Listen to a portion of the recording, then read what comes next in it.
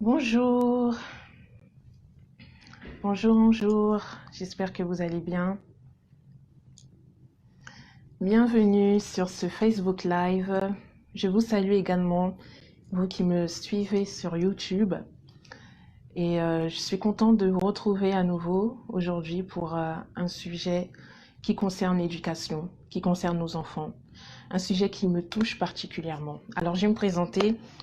Je suis Ornella Batsimba, coach parentalité.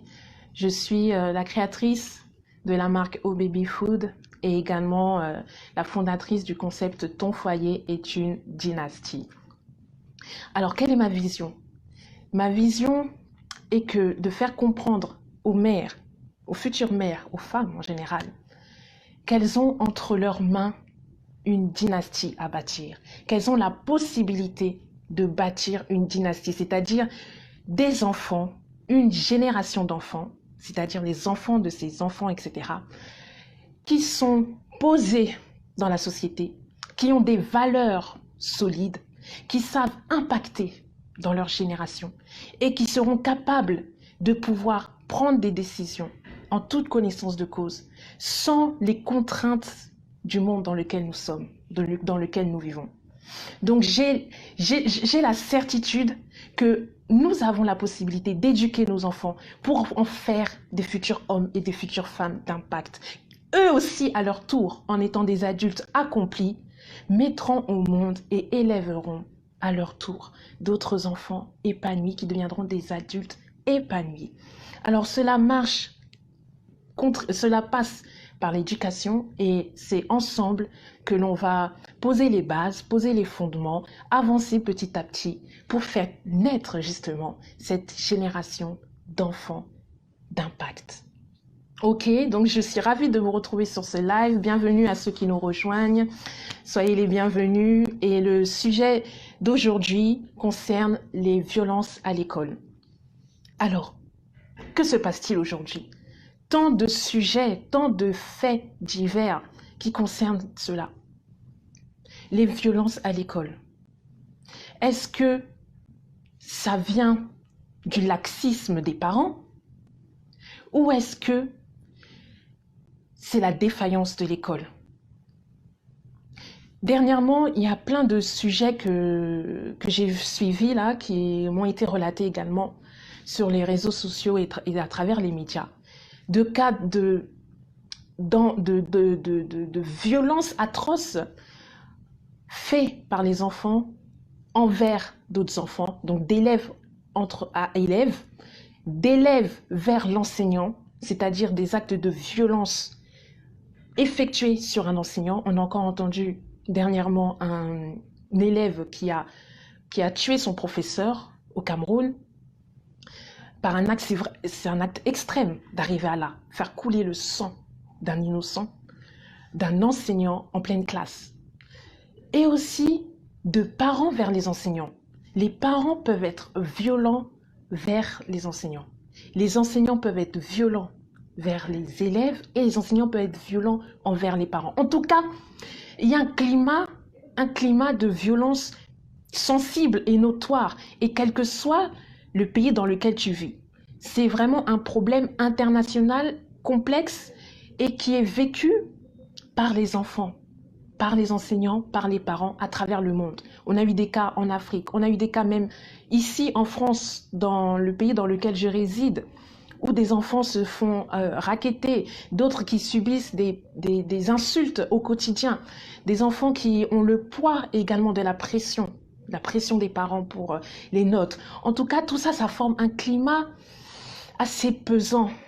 Et c'est ce qui me mène à la réflexion de que se passe-t-il? Que pouvons-nous faire pour nos jeunes? Que pouvons-nous faire pour nos enfants? Où est notre responsabilité? Quand je dis notre, quelle que soit ta situation, que tu sois parent, que tu sois enseignant, que tu sois membre de la partie civile de la société, que tu sois représentant de l'État, comment peut-on faire pour apaiser ce climat de violence?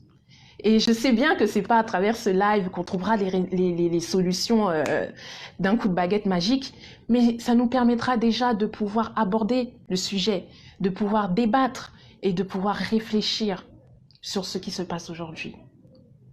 Ok? Donc, je vous prie de partager ce live afin que le débat puisse être ouvert, afin que le maximum de gens puissent participer, mettre des commentaires, poser des questions et ensemble, on va avancer dans la réflexion. L'éducation passe par quoi? Passe par quoi? Passe par ce qui se passe à la maison, bien évidemment, par l'encadrement des parents qui est un socle, un socle fondateur de ce que l'enfant deviendra. Hello, ma vie et tout, bienvenue à toi. Hello, Kadi Nachi. Merci, merci pour tes encouragements. Je les prends au plus profond de mon cœur, c'est gentil. Il y a la famille, bien évidemment, c'est la base même de l'éducation. Il y a l'école, certainement, puisque la plupart du temps, nos enfants sont à l'école. Donc, ils passent même plus de temps, si on compte au temps global, à la journée et même à l'année, ils passent plus de temps dans l'enceinte de d'un établissement, qu'à la maison. Donc, l'école n'est pas à négliger. C'est un facteur essentiel de l'éducation de nos enfants. Et puis, il y a l'État au-dessus de ça qui régit les enseignants et les enseignements qui sont donnés dans ces établissements. Donc, aujourd'hui, je fais le constat que nous ne sommes plus à l'époque d'avant, bien évidemment, où je me rappelle d'un temps où si je faisais une bêtise, si on faisait une bêtise, je généralise, si on faisait une bêtise, que tu sois en Afrique, que tu sois en Europe, que tu sois aux États-Unis ou quoi, si on faisait une bêtise, si on ne respectait pas l'autorité du professeur, de l'enseignant, d'une part, l'enseignant nous remontait les bretelles.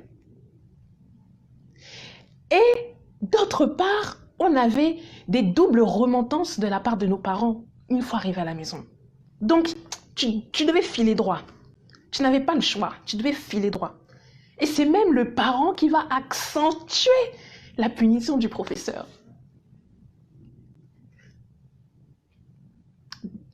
Bonjour à vous. C'est même les parents qui vont accentuer la professeure. Donc, juste pour appuyer.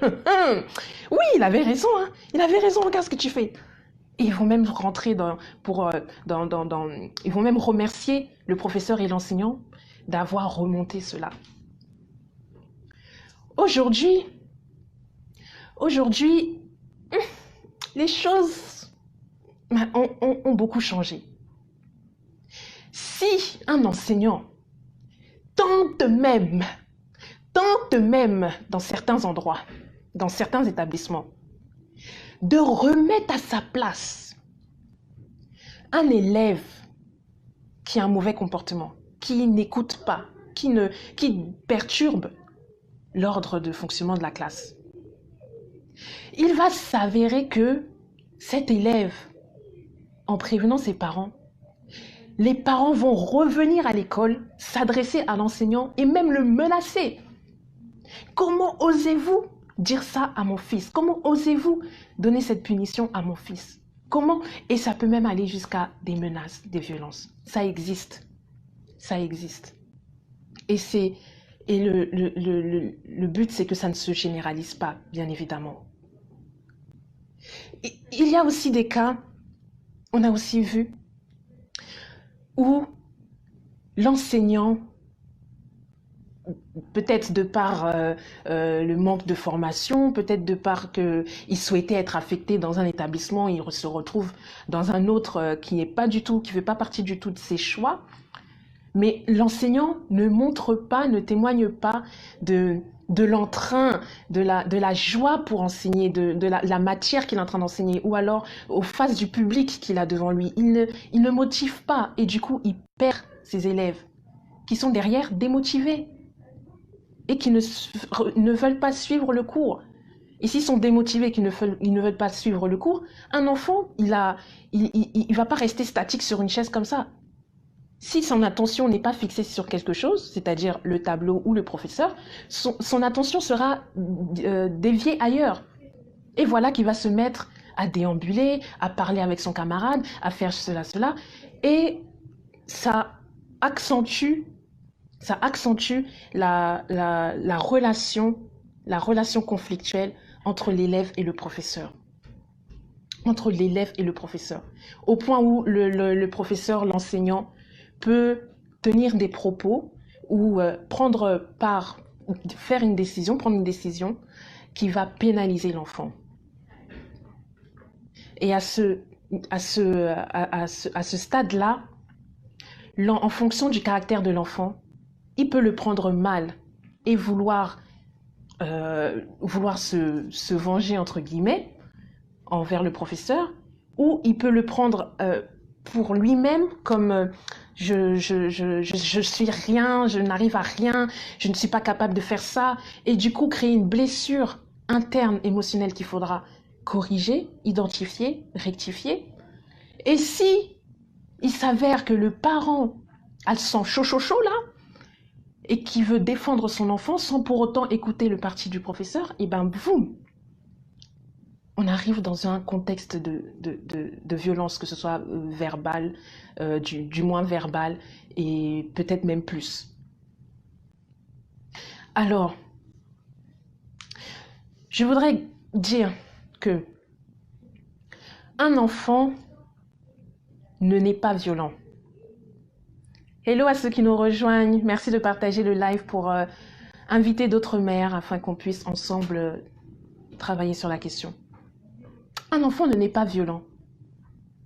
Si ton enfant, maman, est violent, cherche la source. Hello, maman Fanny, comment vas-tu? Trouve la source. D'où est-ce que cette violence peut venir? Est-ce que ton enfant grandit dans un contexte familial violent?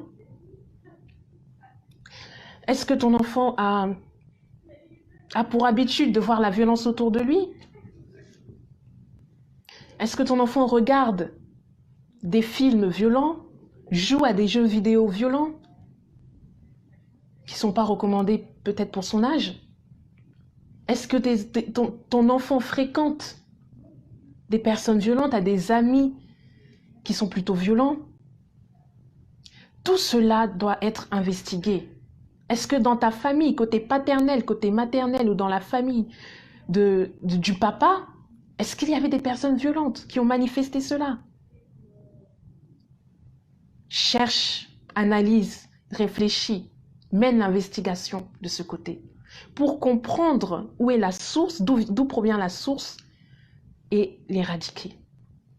L'éradiquer par un accompagnement avec l'enfant, l'éradiquer par la discussion, l'éradiquer en se tenant à la brèche pour lui, afin que ce trait de caractère ne puisse pas s'étendre au fur et à mesure de son âge, au fur et à mesure qu'il grandit.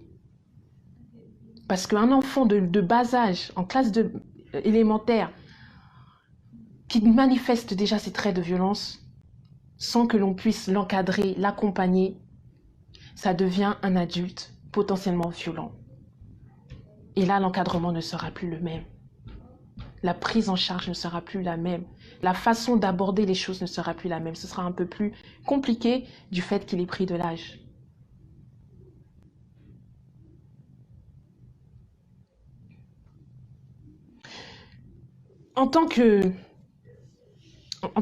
Par rapport à la famille qui est la fondation du bien-être de l'enfant, il y a aussi le fait de l'environnement familial, du cadre dans lequel l'enfant est éduqué.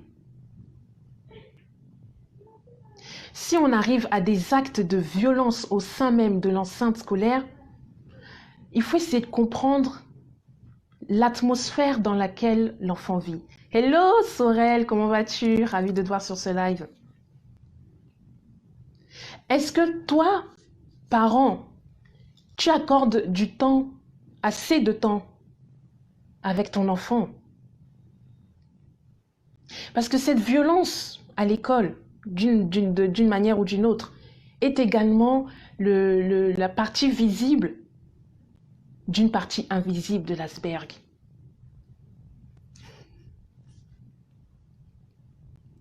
Le but, c'est de pouvoir creuser au fond de cet iceberg pour déterrer et briser ce glaçon.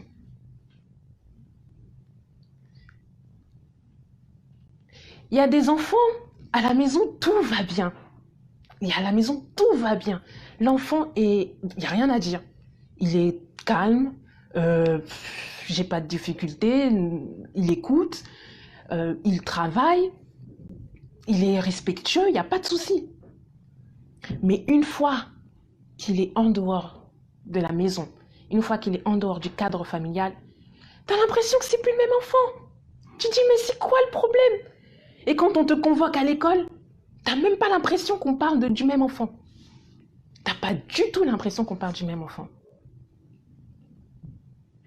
Qu'est-ce qui s'est passé? Quel est l'environnement dans lequel il est une fois qu'il est à l'extérieur de la maison? Donc voilà des pistes de réflexion au niveau de la fondation de la famille. S'il est violent, quel que soit l'endroit, trouve la racine de la violence. S'il est calme à la maison, rien à dire à la maison, mais que c'est à l'extérieur qu'il fait des faits et des gestes incompréhensifs, qu'est-ce qui se passe? Quel est le contexte qui conduit à ce résultat? Est-ce que c'est l'environnement amical? Est-ce qu'il y a quelqu'un ou quelque chose dans l'enceinte même de l'établissement qui le perturbe au point où l'enfant change? Ou est-ce que, en tout cas, la question se pose. Et ne baisse pas les bras, va jusqu'au bout, tire la ficelle, déroule même la ficelle pour arriver jusqu'à la racine. Et quand tu retires la racine, tu la déracines complètement. Et tu la jettes au feu, afin qu'elle ne revienne plus. D'où l'importance d'être proche de ses enfants. Je le répéterai toujours, je le répéterai même jamais assez. Je comprends moi-même, étant mère de 2 enfants en bas âge, je comprends que c'est pas évident. On a des activités, on cherche l'argent, il faut clairement le dire, on cherche l'argent pour correctement, les mettre dans des bonnes conditions pour pouvoir subvenir à nos besoins, planifier des choses, rêver et faire rêver nos enfants. Et dans cette course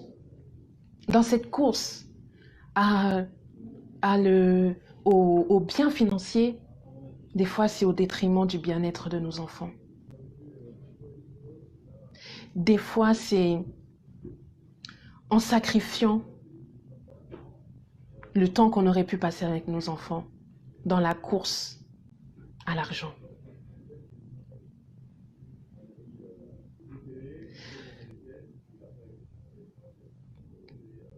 Je n'accuse personne, je ne juge personne. Je veux éclairer nos consciences. Je veux que nous puissions réfléchir, que chacun réfléchisse par rapport à son propre cas. Que chacun réfléchisse par rapport à sa propre vie familiale. Mais il est hors de question que nous laissions le champ libre à une augmentation de violence sur nos enfants dans les établissements scolaires. On n'est pas avec eux 24 heures sur 24, on n'est pas avec eux chaque jour. Donc c'est à nous de pouvoir créer un cadre favorable, de pouvoir accompagner chacun de nos enfants, parce que même si tu as 3 enfants, 4 enfants, 5 enfants ou plus, chaque enfant est différent. Donc la manière d'aborder les choses ne sera pas forcément la même pour ton premier que pour ton deuxième, troisième et ainsi de suite. Donc nous avons ce travail-là, c'est pas quelque chose qui se fait en 5 minutes, c'est pas quelque chose qui se fait en un jour, c'est du travail de longue haleine. Et c'est pour ça que je veux éveiller les consciences, c'est pour ça que je veux communiquer que tu as une dynastie à bâtir, tu as une dynastie entre tes mains. Dès petit, ça commence, dès le bas âge. Malu Chantal, hello. Il faut parler avec ses enfants, même jeunes. Oui, il faut parler avec ses enfants, mais il faut pas se mentir. Il faut pas se mentir, hein. On a tous été petits, on a tous été jeunes. C'est pas tout que tu vas dire à tes parents. C'est pas tout que tu racontes à tes parents.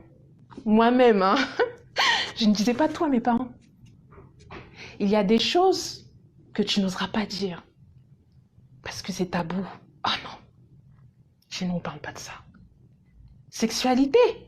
Parler sexualité à la maison. Hey Jay, tu veux ma mort ou quoi là? Tu veux que je daille? Non. Il y a des choses on parlait pas, ou même des problèmes que tu as à l'école. Tu n'en parles pas forcément à tes parents. Il y a des sujets, même c'est ton jardin secret, et tu te dis, ah non, les parents ils comprendront pas. Ils sont vieux, ils sont dans une autre époque, ils comprendront pas.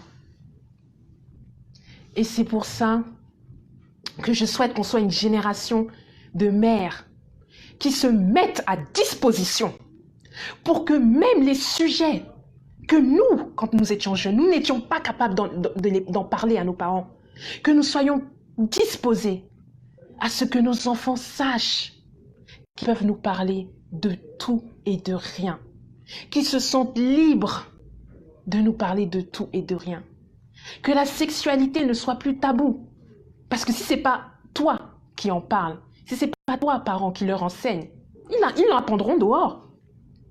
Ils l'apprendront dehors d'une certaine manière. Ils l'apprendront à travers les réseaux sociaux, la télé, les films, les programmes scolaires, les amis. C'est pourquoi soyons proches de nos enfants et témoignons-leur que ils peuvent tout nous dire. Parce que souvent, ils se disent « Ah, là, c'est chaud, là, j'ai peur de la réaction de ma mère, j'ai peur de la réaction de mon père, je vais me faire défoncer, etc. » Ne soyons pas laxistes, mais soyons ouverts. Soyons ouverts. Moi, je veux que mes enfants soient capables de venir me parler de tout et de rien. Parce que je veux les orienter dans une voie qui est la mienne. Et non pas la voie des amis, ni la voie du système de l'État. Je veux les orienter vers la voie qui est la mienne pour en faire des futurs hommes et des futures femmes accomplis. C'est pourquoi je préférerais que mes enfants puissent s'ouvrir à moi. Je suis pas dupe, hein. Je sais que sur 100%, ils vont pas tout me raconter à 100%, mais au moins que je puisse être réceptive à 90%. Ce sera mieux que les 50 ou 60%, ou même moins 40% que nous disions à nos parents quand nous étions jeunes. Et à partir de là, tu identifies le problème. Tu peux même recadrer, recentrer la situation. Tu peux même agir pour aider ton enfant. Lui conseiller qu'il prenne en compte tes conseils plutôt que les conseils de dehors. Parce que tu as un but. Tu veux que ton enfant ait certaines valeurs. Tu veux que ton enfant soit équilibré. Et pour cela, il faut déjà une complicité entre toi et l'enfant. Donc tu es dans ta journée à l'extérieur, tu reviens à la maison, l'enfant n'est pas à la maison, tu poses même pas la question l'enfant est où, on entend seulement qu'il est parti jouer avec les jeunes du quartier, on attend l'heure passe, l'heure tourne, l'enfant n'est pas revenu. Non, non. Stop. Et puis, la violence qu'on l'envoie, ce niveau de violence-là où tu prends même un couteau, tu coupes le bras de ton camarade, tu égorges, c'est quelque chose, il y a un mal profond. Il y a un mal profond chez nos jeunes. Il y a un mal profond qui se manifeste et de niveau international, quels que soient les pays. Et nous devons nous armer. Nous devons nous mettre en marche par rapport à ça. J'ai toujours parlé avec mes parents, on doit briser les tabous. Je viens de parler avec plusieurs jeunes cette semaine, 15 et 12 ans. Waouh, super Malu! Merci pour ce partage et ce témoignage. Oh, well done. Effectivement, 15 et 12 ans, surtout à l'adolescence, parce que à l'adolescence, il y a les hormones, le corps qui change, il y a des caractères qui se révèlent. L'enfant aussi expérimente des choses dans cette période-là. Et c'est à cette période-là aussi que des choses cachées à l'enfance se répercutent et sont visibles. Si l'enfant manquait d'attention dès 6, 7 ans, 8 ans, et que ça continue à 15 ans, à 12 ans, 15 ans, il va aller chercher de l'attention là où il en trouve. Et là où il va en trouver, ce n'est pas forcément là où tu souhaiterais qu'il en trouve. Et voilà qu'il se retrouve avec des amis, qui se promènent avec des couteaux. On arrive, j'avais suivi que, à force de voir toutes ces violences-là, certains établissements ont mis en place des fouilles de cartables. Fallait voir ce qu'ils ont récupéré dans les sacs de nos élèves de 12, 15, 16 ans. Et voilà des lames, et voilà des couteaux, et voilà des chichas, et voilà du shit, de la drogue. Comment en arrive-t-on là? Et comment les aider? J'arrive maintenant au pôle de l'école. L'école aussi est une fondation importante par rapport au temps qu'ils y passent, les enfants là-bas, par rapport à ce qu'ils apprennent, puisque l'établissement est chargé de donner des connaissances, des aptitudes à nos enfants, chaque année en progressant. Et l'école aussi a un rôle à jouer en termes d'identification des problèmes, en termes de remonter au bon niveau d'escalade. Remonter au bon niveau d'escalade. Parce qu'il ne faut pas se voiler la face. Il y a des enjeux dans certaines écoles, dans certains établissements, qui font que des faits qui se sont avérés, qui se sont produits dans l'enceinte même de l'établissement, ne sont pas remontés au bon niveau. Au bon niveau administratif, au bon niveau ministériel, au bon niveau judiciaire. Et ça veut dire que les chiffres que l'on peut voir, que l'on peut entendre par rapport à la violence dans les établissements, sont pas forcément représentatifs de la réalité de ce qui se passe sur le terrain dans le territoire national. Parce que certains établissements ne veulent pas le remonter, ne veulent pas en parler. Donc si déjà la réalité n'est pas représentative, comment est-ce qu'on peut prendre conscience de l'ampleur de ce que c'est? Hello à ceux qui nous rejoignent, bienvenue Suzy, bienvenue également Héloïse. Donc l'école joue un rôle fondamental. Je pense aussi aux CPE, aux éducateurs spécialisés, à toutes les adultes qui travaillent et qui sont présents autour des enfants dans les établissements pour pouvoir les conseiller et encore être de bons conseils, les accompagner et non pas les stigmatiser et remonter aux parents, s'il vous plaît. Remonter aux parents ce qui se passe, ce qui s'est passé. Et prenez des mesures adéquates, pas des demi-mesures où... non, s'il y a conseil de discipline, l'enfant doit aller au conseil de discipline. S'il y a exclusion, l'enfant doit être exclu.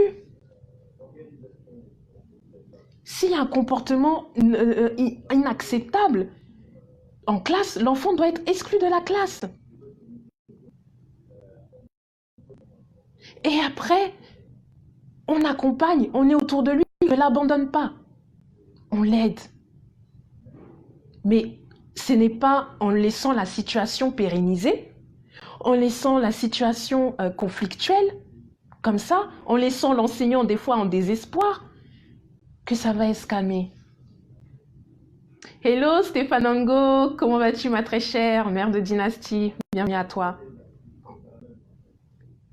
Je sais qu'il y a certains chefs d'établissement, des fois, dites-vous pourquoi, je me suis posé la question, pourquoi dans certains cas, tu dis non mais c'est pas possible que l'enfant soit encore à l'école. C'est pas possible qu'il n'ait pas eu de conseil de discipline, c'est pas possible qu'il n'ait pas été exclu, tant les faits sont... les faits sont énormes. Agression sur un camarade, agression sur un professeur, violence, traumatisme causé sur les enfants, sur d'autres enfants. À plusieurs reprises, c'est pas normal, mais en fait, il faut savoir que les établissements sont notés. Les établissements sont notés par rapport à leur gestion, à la gestion de l'établissement. Donc le chef d'établissement, il est noté. Donc si il y a un nombre important de conseils de discipline, de fréquence d'exclusion d'enfants ou de convocation, tout ça là, ça compte. Et ça pénalise sa note. Ça pénalise potentiellement même son affectation dans un autre établissement. Vous voyez? Vous voyez l'enjeu?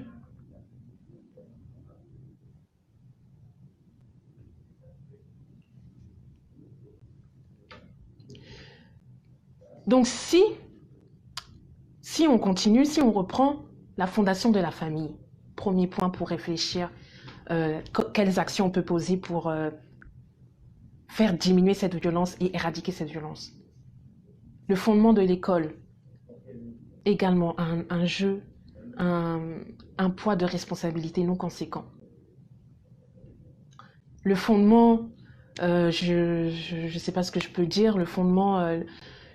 oui, pour moi, c'est les deux principaux. Hein. Le fondement étatique découle de ce qu'on a au niveau de l'enseignement, au niveau des établissements scolaires. Donc voilà ce que je voulais partager avec vous durant ce live. Je pense que c'est une ébauche, une petite contribution de cette réflexion que nous pouvons mener ensemble. Et nous voulons le meilleur pour nos enfants. Nos enfants auront le meilleur, en tout cas. Et ça me laisse penser que, si vous regardez bien les faits divers par rapport à la violence, par rapport aux actes posés par les élèves entre eux ou envers leur autorité qui est l'enseignant, souvent ça a lieu dans des établissements publics. En général, ces cas-là ont lieu dans des établissements publics. Je ne dis pas que ça n'existe pas dans le privé, mais en moindre mesure et moins médiatisé. Donc ça me laisse penser que, est-ce que vous voyez où je veux en venir? Est-ce qu'il est préférable de mettre nos enfants dans une école privée, pour avoir un meilleur encadrement, pour éviter que nos enfants manifestent de la violence ou subissent la violence d'autrui, pour avoir des enseignants motivés qui sont là pour pousser les enfants et les accompagner?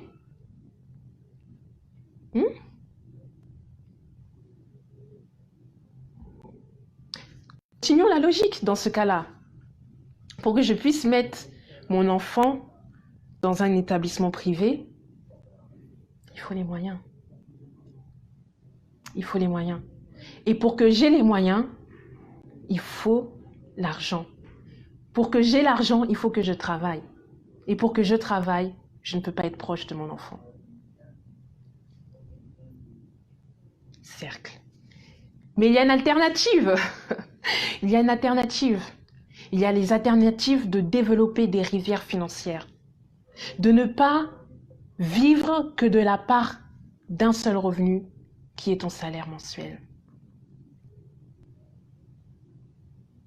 Il faut encourager nos enfants à leur donner confiance en eux-mêmes. Alors, il faut encourager nos enfants à apprendre à leur donner confiance et foi en eux-mêmes. Oui, oui, oui, mais ça fera l'objet d'un prochain live, effectivement.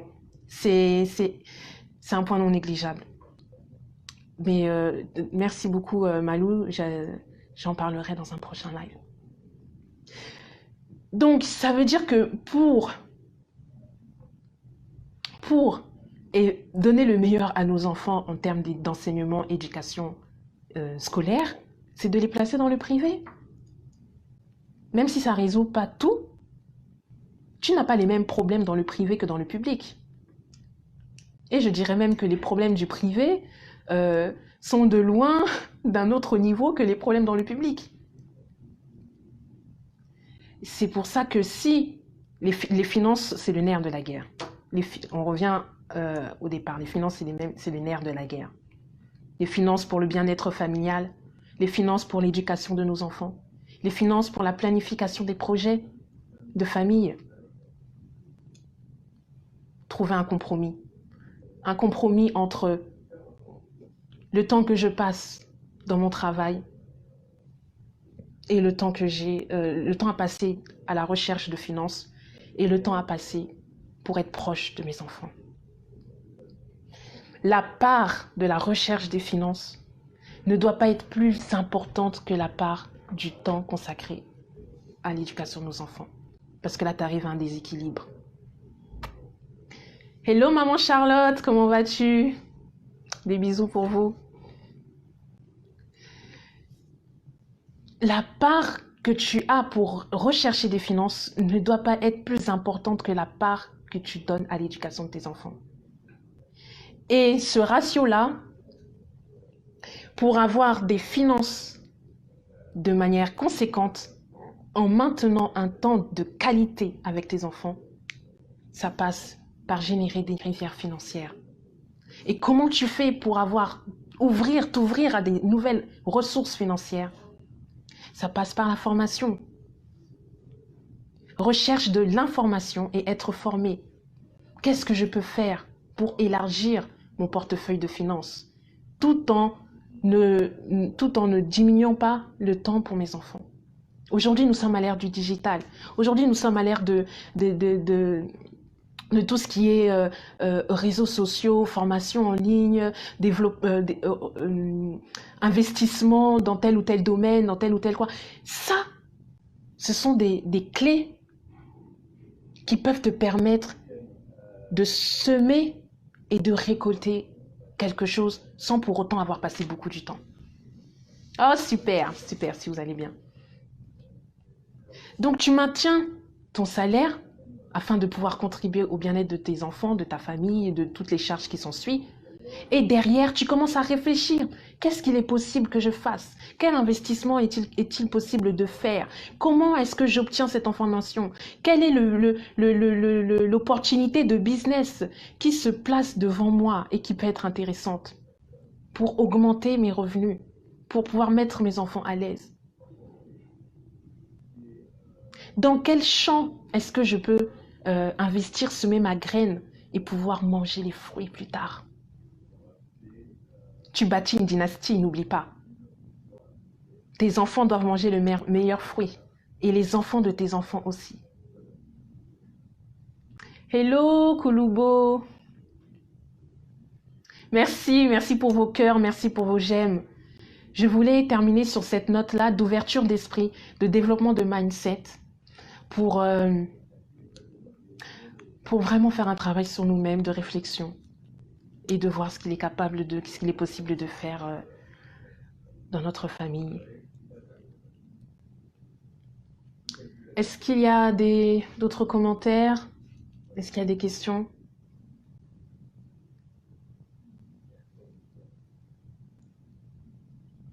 Sensibilisons la jeunesse. Soyons proches d'eux.